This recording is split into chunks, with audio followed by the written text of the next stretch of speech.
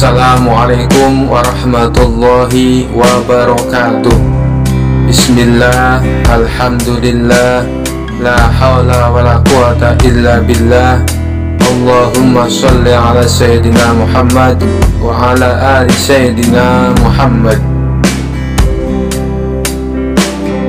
Suatu hari Abu Nawas merasa kehabisan ide-ide cerdik. Ia pun memutuskan untuk berjalan-jalan di kota mencari inspirasi. Di tengah perjalanan, ia melihat seorang pria yang dikenal sebagai orang gila di desanya, sedang tertawa sendirian di tepi jalan. Mungkin orang ini punya cara pandang yang berbeda. Siapa tahu aku bisa belajar sesuatu darinya, pikir Abu Nawas. Dengan penuh rasa ingin tahu, Abu Nawas menghampiri orang gila itu dan berkata, "Wahai Tuan, bolehkah aku berguru padamu?" Orang gila itu melihat Abu Nawas dengan mata yang berbinar dan berkata, "Apa? Kau ingin berguru padaku? Baiklah, kalau kau berani." Abu Nawas tersenyum dan menjawab, "Tentu Tuan, tolong ajari aku." Orang gila itu mengangguk penuh semangat. "Baik Abu Nawas, pelajaran pertama, buanglah sandalmu ke sungai, lalu jalanlah ke pasar tanpa alas kaki." Abu Nawas merasa aneh, tetapi ia menuruti perintah itu. Ia melemparkan sandalnya ke sungai dan pergi ke pasar tanpa alas kaki. Di sepanjang jalan, orang-orang memandangnya dengan cara heran dan beberapa bahkan tertawa melihat Abu Nawas yang terkenal cerdik berjalan seperti orang kebingungan. Setelah ia kembali, orang gila itu tertawa terbahak-bahak. Bagaimana rasanya menjadi bahan tertawaan orang Abu Nawas? Abu Nawas tersenyum. "Rasanya memang aneh, tapi aku jadi paham bahwa kadang-kadang kita tidak boleh terlalu peduli pada pendapat orang lain." Orang gila itu mengangguk. "Tepat. Sekarang pelajaran kedua. Kau harus pergi ke rumah makan paling mahal di kota dan pesanlah makanan termewah. Tapi bayarnya dengan daun kering." Abu Nawas tertawa kecil, tapi ia tetap mengikuti perintah itu. Ia masuk ke rumah makan, memesan makanan enak. Dan ketika saatnya membayar, ia mengeluarkan segenggam daun kering dari sakunya. Pemilik rumah makan tentu saja marah besar. "Hei, kau pikir ini kebun raya? Daun itu bukan uang." Abu Nawas dengan tenang menjawab, "Oh, ini hanya pelajaran dari seorang guru. Kadang kita harus melihat betapa absurdnya dunia ini." Ketika kembali ke orang gila, Abu Nawas tertawa sambil berkata, "Tuan, aku sekarang mengerti. Kadang hidup tak perlu selalu serius, dan kita tak perlu terlalu memikirkan tata aturan yang kaku. Dunia ini penuh aturan aneh, tapi tak semuanya harus kita pedulikan." Orang gila itu tersenyum lebar. "Kau benar Abu Nawas. Hidup adalah lelucon yang harus kita nikmati, bukan rumus yang harus kita selesaikan." Sejak saat itu, Abu Nawas merasa mendapatkan pelajaran berharga dari orang yang dianggap gila. Ia pun semakin jenius dan santai dalam menjalani hidup, karena memahami bahwa terkadang kebahagiaan datang dari berpikir seperti orang yang bebas dari aturan kaku. Suatu hari, raja kembali memanggil Abu Nawas ke istana untuk memberi perintah aneh lagi. Raja yang terkenal suka menguji kecerdikan Abu Nawas tersenyum licik dan berkata, "Abu Nawas, kali ini aku punya tugas sangat penting untukmu." Abu Nawas sudah mencium gelagat tak biasa, menjawab dengan hati-hati, "Apa tugasnya, tuanku?" Raja dengan suara lantang berkata, "Aku ingin kau pergi dan mencari ujung bumi. Bawa aku laporan tentang apa yang ada di sana. Jangan kembali sampai kau menemukannya." Abu Nawas yang tahu bahwa perintah ini jelas-jelas mustahil, pura-pura terkejut. Tapi seperti biasa, ia segera berpikir cepat. Dengan wajah serius, Abu Nawas menjawab, "Baik, tuanku. Hamba akan mencari ujung bumi, tapi hamba butuh beberapa persiapan." Raja mengangkat alis penasaran. "Apa yang kau butuhkan kali ini, Abu Nawas?" Abu Nawas dengan tenang menjawab, "Karena perjalanan ini sangat jauh dan berbahaya, hamba butuh bekal yang cukup besar. sekitar 100 unta penuh dengan makanan, minuman, dan persediaan lainnya. Selain itu, hamba juga butuh pasukan kecil untuk melindungi hamba dari bahaya selama perjalanan.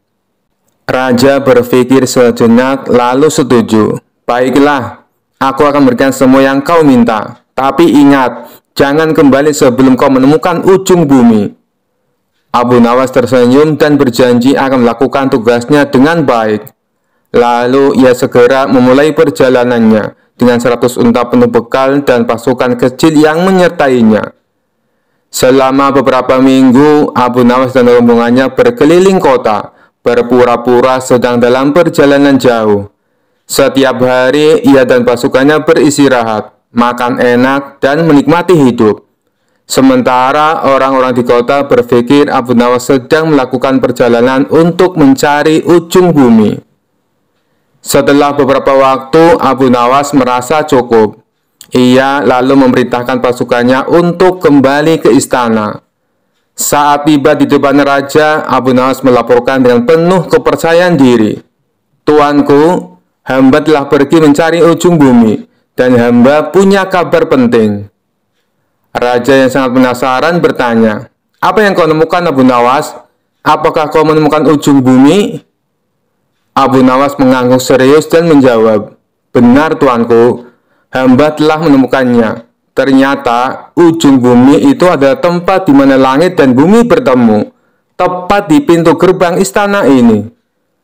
Raja tercengang mendengar jawaban itu. "Apa maksudmu, Abu Nawas?"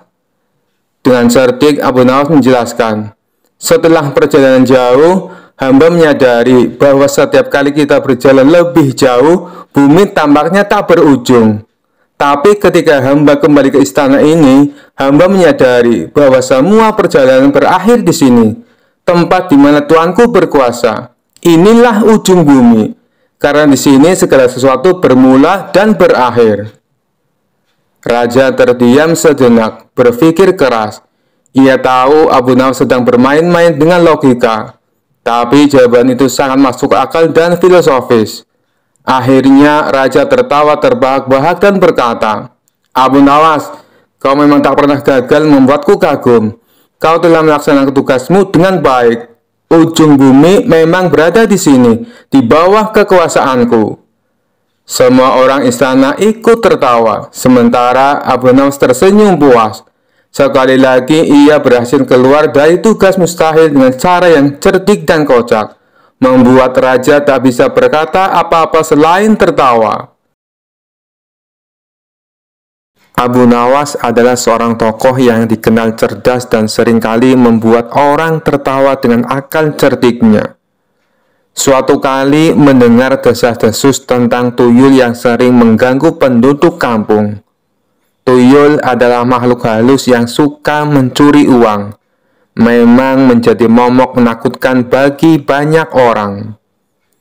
Penasaran dan ingin membuktikan keberadaannya, Abu Nawas memutuskan untuk menjebak tuyul tersebut. Ia menyiapkan perangkap yang cukup unik. Pertama-tama, ia mengambil sebuah mangkok besar dan mengisinya dengan air hingga penuh. Kemudian, ia menaburkan sedikit garam di permukaan air. "Tuyul itu kan suka sekali dengan uang," gumam Abu Nawas dalam hati. "Kalau aku taruh uang di sini, pasti dia akan datang." Dengan hati-hati, Abu Nawas meletakkan beberapa uang di atas permukaan air yang telah ditaburi garam. Setelah itu, ia bersembunyi di balik tirai sambil menunggu kedatangan tuyul. Tak lama kemudian, seperti yang diharapkan Abu Nawas, tuyul itu pun muncul. Dengan gesit, tuyul tersebut melompat ke dalam mangkok untuk mengambil uang-uang tersebut.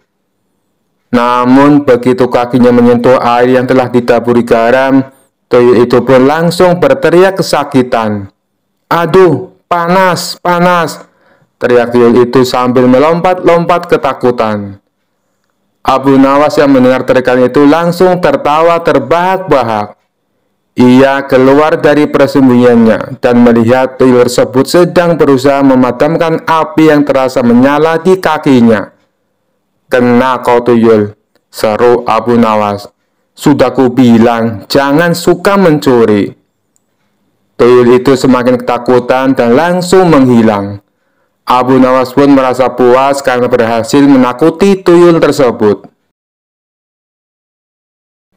Rumah Abu Nawas konon pernah didatangi Abu Jahil yang terkenal pelit.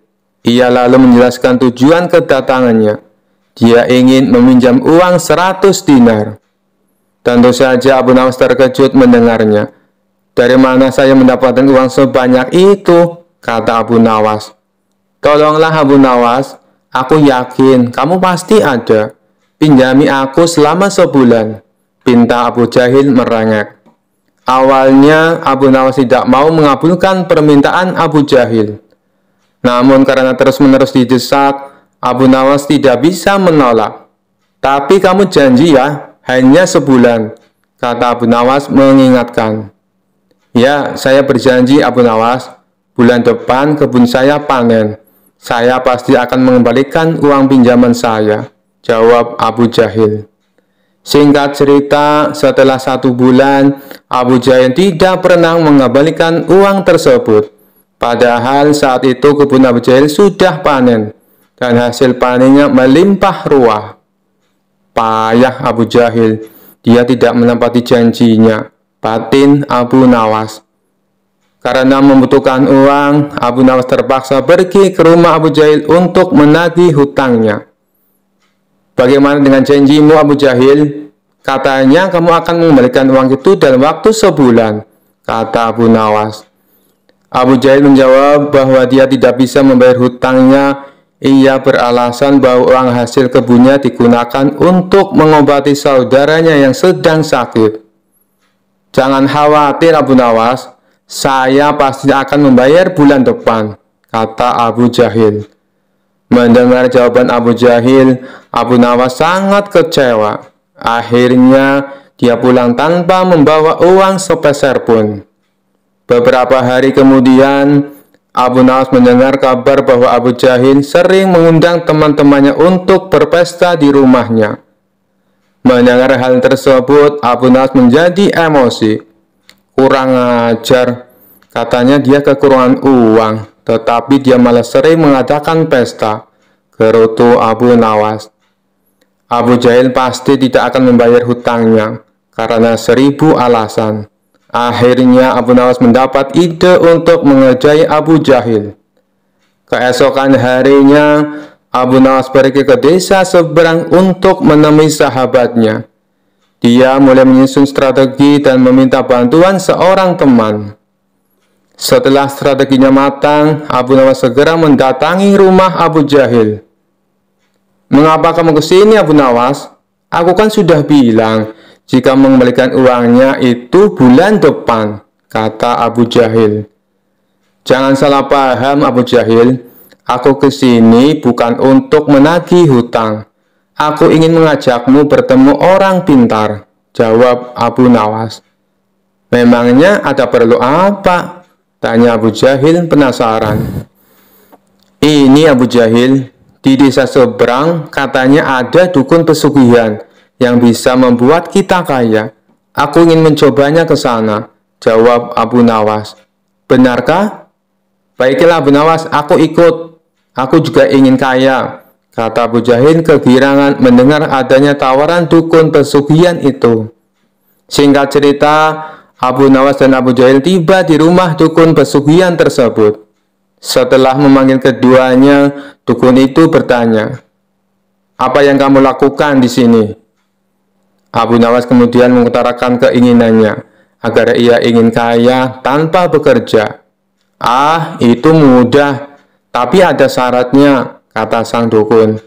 "Apa syaratnya?" tanya Abu Nawas. "Syaratnya harus ada yang dikorbankan. Tapi jangan khawatir, korbannya tidak harus dari keluarga. Orang lain juga bisa dikorbankan. Tapi orang lain itu adalah orang yang terkait dengan hartamu," jawab sang dukun. "Apa maksudmu? Aku tidak mengerti," tanya Abu Nawas lagi. "Ya, misalnya siapapun yang berhutang uang kepadamu, orang itu dapat digunakan sebagai korban. meskipun dia bukan anggota keluargamu, jawab sang dukun. Bagaimana jika orang itu tidak mau? Tanya Abu Nawas. Kamu tidak perlu meminta izin kepada orang tersebut. Nanti ia akan jadi korban tanpa ia sadari dan tiba-tiba mati dengan mengerikan, kata sang dukun menjelaskan. Oh, aku mengerti. Baiklah, aku setuju, jawab Abu Nawas sambil memandang Abu Jahil. Abu Jahil yang merasa dikorbankan langsung gemetaran. Dukun itu kemudian mengajari Abu Nawas mantra sebagai ritual. Tengah malam, setelah kembali dari rumah sang dukun, Abu Nawas berkata di tengah jalan, Abu Jahil, kamu tidak perlu mengembalikan hutang yang 100 dinar. Saya ikhlas. Mendengar hal itu, Abu Jahil langsung ketakutan. Jangan Abu Nawas, saya akan mengembalikan uang kamu nanti. Tepatnya saat sampai di rumah saya. Nanti akan segera aku kembalikan, kata Abu Jahil dengan ketakutan. Bukankah kamu kemarin mengatakan bahwa kamu kehabisan uang? Kode Abu Nawas. Saya masih punya banyak uang, Abu Nawas. Aku sengaja berbohong padamu, kata Abu Jahil. Akhirnya Abu Jahil segera mengembalikan uang pinjamannya kepada Abu Nawas di hari itu juga, sejumlah uang 100 dinar. Setelah diselidiki, terungkap bahwa dukun yang didatangi Abu Nawas dan Abu Jahil adalah sahabat Abu Nawas. Taktik ini sengaja diatur oleh Abu Nawas dan kawannya tersebut, agar Abu Jahil segera melunasi hutangnya. Sekian dulu perjumpaan kita kali ini. Sampai bertemu lagi di kisah-kisah selanjutnya. Terima kasih yang sudah subscribe dan setia menonton channel ini. Wassalamualaikum warahmatullahi wabarakatuh.